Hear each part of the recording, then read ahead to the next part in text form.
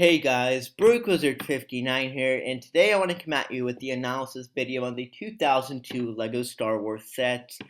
This was a great year, tons of sets released. This is probably one of the biggest waves LEGO has done up to date. And so we got tons of sets, and I love is that it's all from all of the movies, not just the second one. But without further ado, let's get right into it. Alright, so the first set of the 2002 Wave 7103, the Jedi Duel. Now this was definitely a nice set. I like how the Dooku speeder is in blue, and I'm quite sure this was the first time you got Master Yoda ever. So that was good, and I really liked how Lego had him available in a cheaper set. I believe this was only $10. So it's an easy way to get Yoda, a figure that so many kids love. And then, of course, this is the first Count Dooku figure. So two great figures are available in a cheap set, which is a good way to get them very easily, especially for the younger generation. Next off, this is the Tusken Raider Encounter 7113.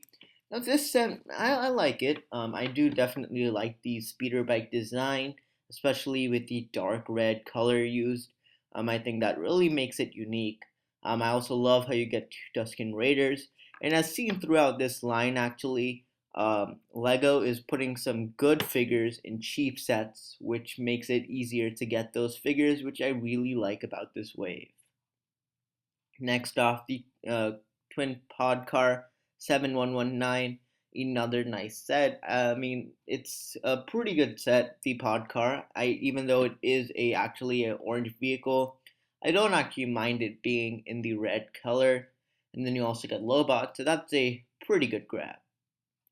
Next off, a set which is quite expensive nowadays because of Zam Wissel. This is set number 7113 or 7133, the Bounty Hunter Pursuit. And this set I really love because of the colors. I actually have reviewed the set on my channel. But this is a very nice set.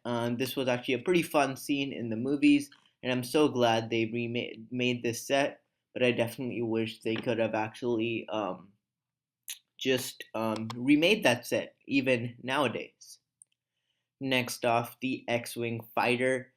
This set was actually re-released because it was already there in 2001 or in 1999, sorry. And again, the only thing I don't like about this set is the wings. You have to move them manually. I like how they use the gray color. That gives it more of a battle damaged look. And then you also get a few extras, so that's pretty good. Next off, another good set, Obi-Wan's Jedi Starfighter. I'm pretty sure this was the very first Starfighter ever released, and I wish they would re-release this set. I love the colors, even though the wings can't actually like bend as in like the newer ones. Still, this is a very nice set. I would have definitely liked if they had included the entire R4 unit, even though only his head fits on the Starfighter. I wish they could have just included his body on the side. That would have been pretty good and sealed the deal on this set. Next off, the TIE Fighter and Y-Wing, another re-release from 1999, I believe. And this is, again, the only way you can actually get Darth Vader up till this point. So it's in a way good that they re-released this set because this was a very good set, especially for getting both vehicles. So I really like that. Um, and you get Darth Vader, but of course I would have definitely preferred if they had made a newer version. Next off, another very expensive set, the Slave One set number 7153. This set was great. The colors actually I'm not too fond of. You of course got the awesome Jango Fett figure. Even though these colors are from the movie, I'm not a huge fan of a couple of those colors. I'm definitely a bit more of a fan of Boba Fett Slave 1, but still, of course, definitely would like to see this one recreated. And I mean, this was a pretty solid set. Next off, another one of my favorites. This is the Republic Gunship, the very first version. And this was a very interesting set, actually.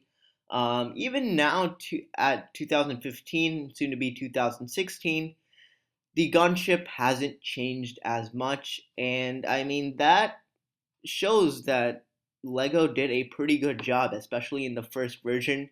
I love how you can actually fold out the vehicle, so that definitely adds lots of playability. So I'm guessing the kids would love this set, but it is a bit expensive at $90, so gotta have to save up for that one. Next off, another sculpture. I had talked about the Darth Maul sculpture earlier. Now I'm talking about the Yoda.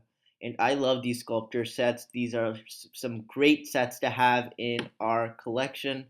And it definitely looks like Yoda. So, I mean, you can't go wrong with that set. It's definitely very good. I wish Lego actually still did some sculptures of figures nowadays. Next off, Final Deal 17200. This wave of sets were awesome, with the Final Deal 1 and 2, as well as Jedi Defense 1 and 2. $7. You got 2 to 3 minifigures per set.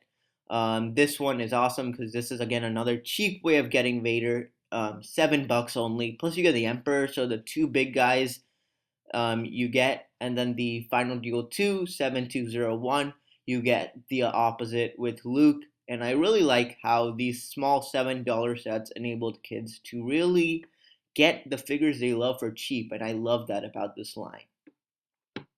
Next off, Jedi Defense 27204, I believe. This set I definitely like. This is again from episode 1, so I like how they're still, sprinkling a few episode 1 sets. And these two I like because again, you got Qui-Gon and the battle droids. The build is alright, but it's mostly for the minifigures. You get that exclusive print with the battle droids, so I definitely like that. And this is a pretty good set for $7. Next off, Jedi Defense 1. So I think these two got switched, but anyways, this set I like. Actually, this was the very first time that Obi-Wan was released in his Episode 1 form. Never before.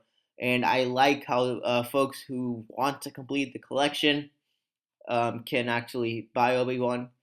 Gee, I want to correct my mistake. He was available in the Gungan sub, but this is the first time he has a Padawan braid and hairpiece, so that's definitely pretty cool.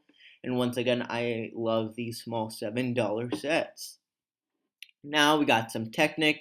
Once again, I'm going to go through these relatively quickly. We got R2D2, and it's okay. I'm not a huge fan of some of these Technic sets. This one is one of them. The head just doesn't look right. They could have added more of the curved parts just to, complete the actual dome shape. I would have really loved that. But the body looks fine. Now, Darth Vader, on the other hand, is one I actually decently like. The helmet does look a little bit weird. I think the mouthpiece is too big. But I mean, the body looks pretty cool. He looks like a cyborg. That would be a pretty decent set to have. I would decide just to replace the headpiece probably. Next off, we got the Boba Fett. This one I'm not as happy about because it's not. It looks like Boba Fett's a robot than a human, and I would. There are definitely tons of gaps. The legs are too simple. And even though it's 2002, I feel they could have just added a few more parts. But on the bright side, you get a ton of those dark purple kind of parts, which I actually really like. And that would be a pretty cool color. Next off, Super Battle Droid. Now, I'm not exactly sure. Um, this set is okay. I mean, um, this was actually, even though it's blue, I don't like that. But I'm guessing they based it off the figure from the Republic gunship, where they had the two blue Super Battle Droids.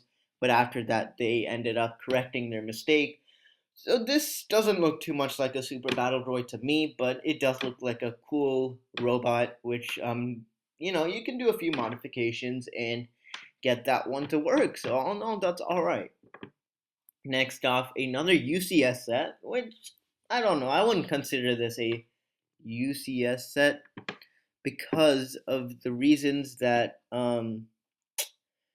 it's kind of small. It's just a small version of the Naboo fighter.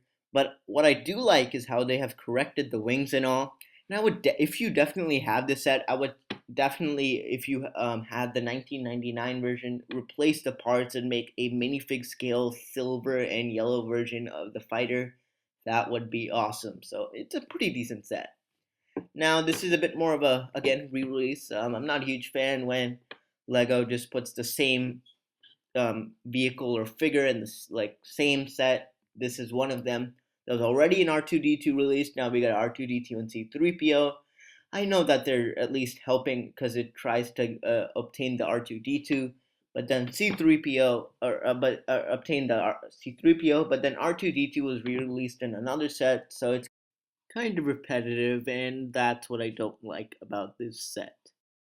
And next off, we have the Imperial Star Destroyer. This set came out in 2002, and it was actually available to like 2008. So this was a pretty long a set that was on for a long time.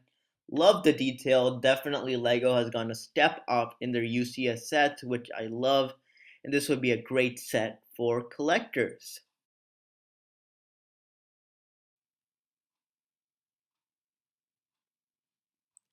And that's going to do it for the 2002 LEGO Star Wars set analysis. And now this was a jam-packed wave, 22 sets, I'm pretty sure. But it was definitely quite a few sets released this year. Some great sets. I like how they have it from all the movies, not just the second. And that I actually really like. So all in all, this is a pretty well-rounded and good wave. But anyway, stay tuned for the 2003/4 analysis video coming soon. So I'll see you next time.